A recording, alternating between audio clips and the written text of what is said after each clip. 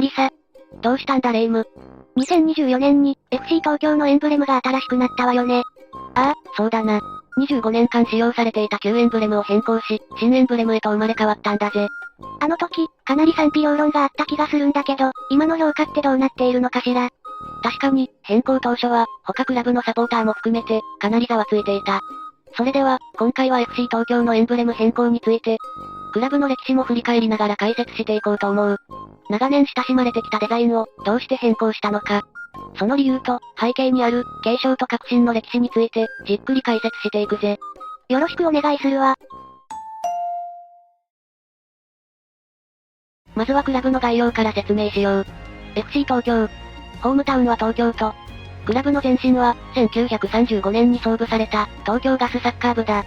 1990年代の旧 JFL 時代には、本田技研などと共に、アマチュアの U と呼ばれ、J リーグクラブを天皇杯で次々と撃破するなど、旋風を巻き起こしたチームでもあり、当時は、神奈川の強豪だった富士通サッカー部とも激しい熱戦を繰り広げていた名門クラブでもある。富士通サッカー部って、今の川崎フロンターレの前身にあたるクラブね。その通りだ。現在も盛り上がる玉川クラシコの熱いライバル関係は、この東京ガスと富士通のアマチュア時代からすでにその源流があったんだぜ。そんなに歴史が深くて実力もあったのなら、どうして1999年までプロリーグに参加しなかったのかしら？実は東京ガスは、1993年の J リーグ発足時に、プロリーグ参入を一度本格的に検討しながら、リーグへの参加を見送った歴史があるんだ。当時から実力もあったのに、どうして見送ることになったのかしら？きっかけは、本拠地として検討していた調布の、スタジアム建設をめぐる地域政治の対立だった。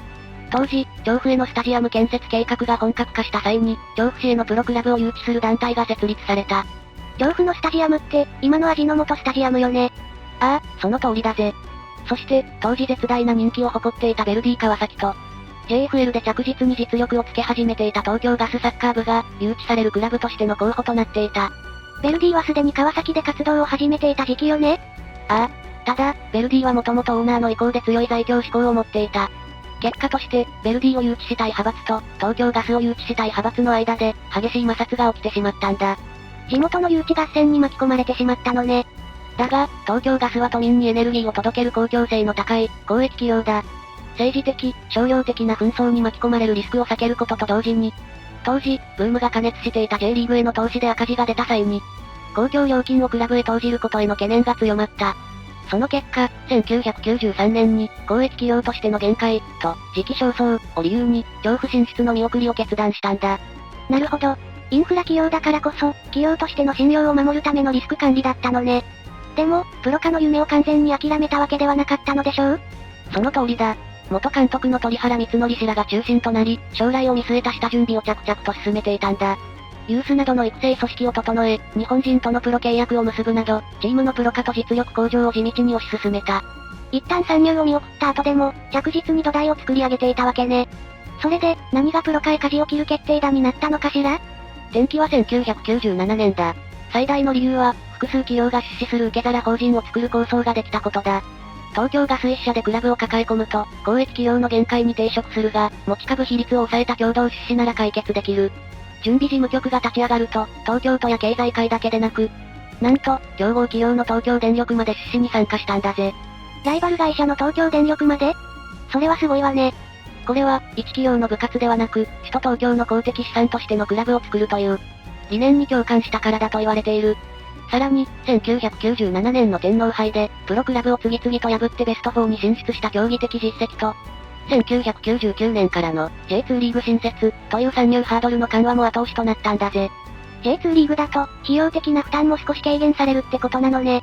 競技年の実績、J2 創設、そして分散出資という解決策が見事に噛み合ったことで、1998年に161団体もの出資を得て、運営会社の東京フットボールクラブ株式会社が設立された。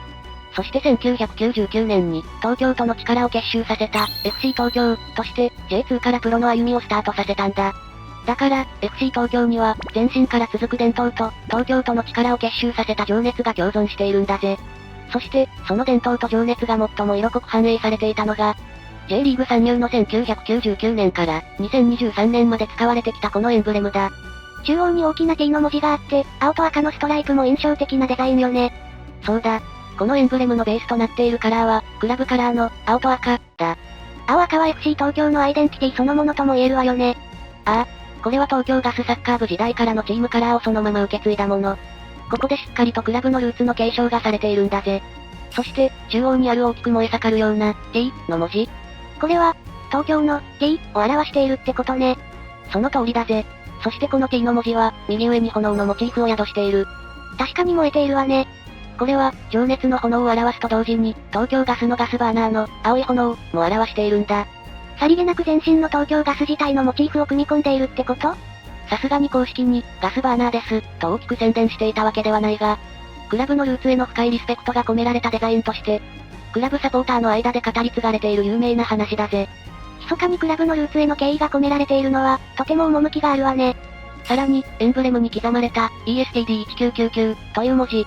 ESTD は、起源や設立を意味する英語、エスタブリッシュとの略で、1999年に設立されたという歴史的な年を刻み込んでいる。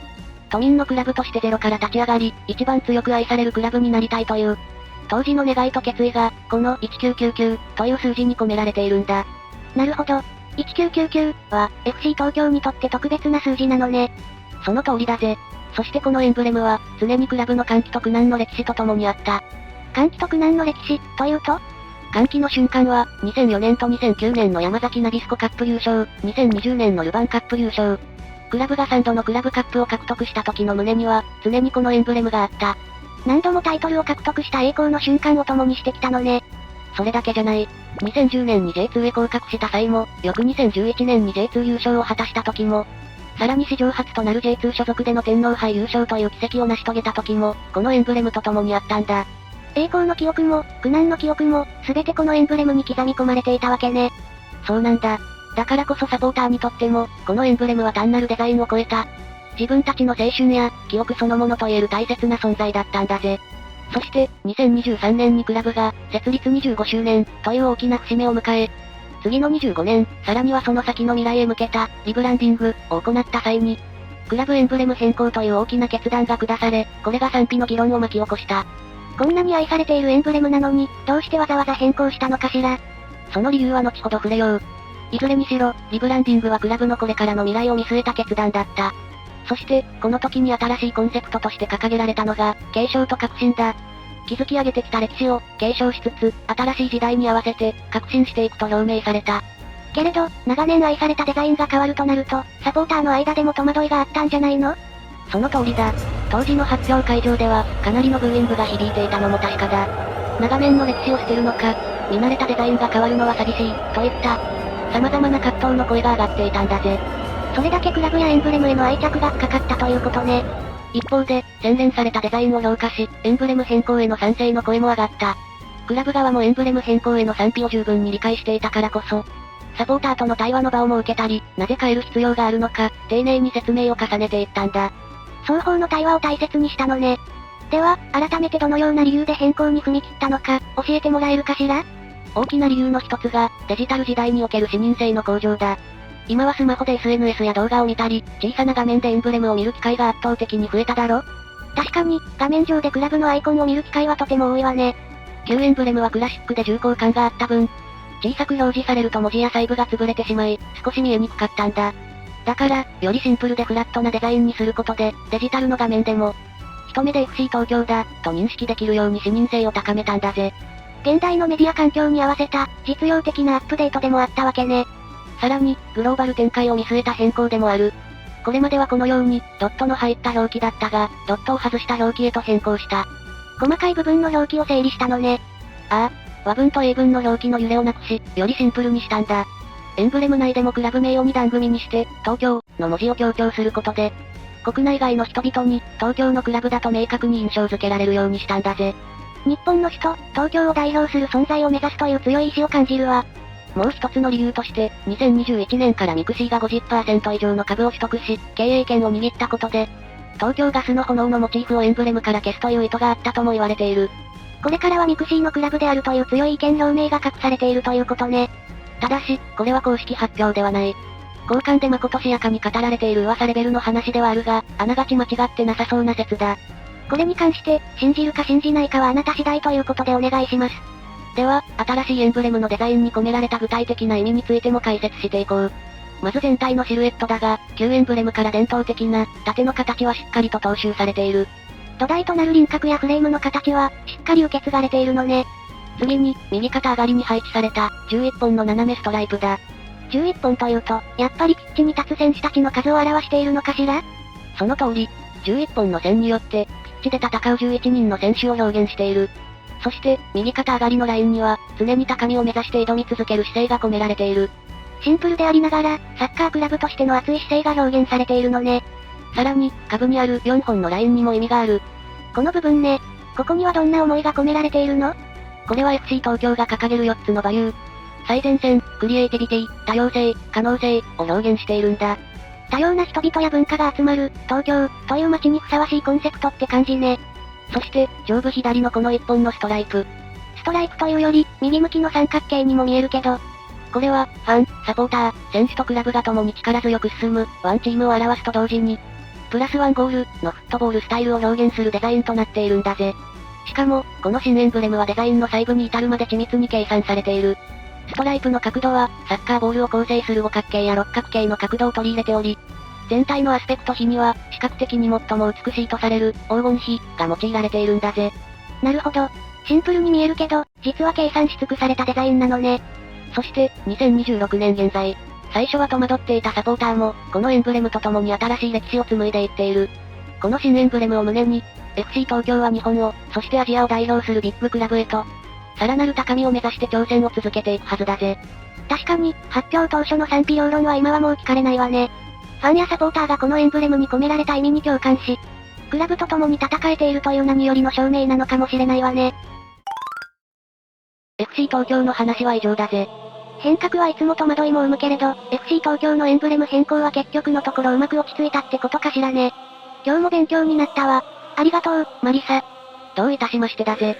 今後もこのチャンネルでは、こういった情報をお届けしながら、J リーグを応援していきたいと思っています。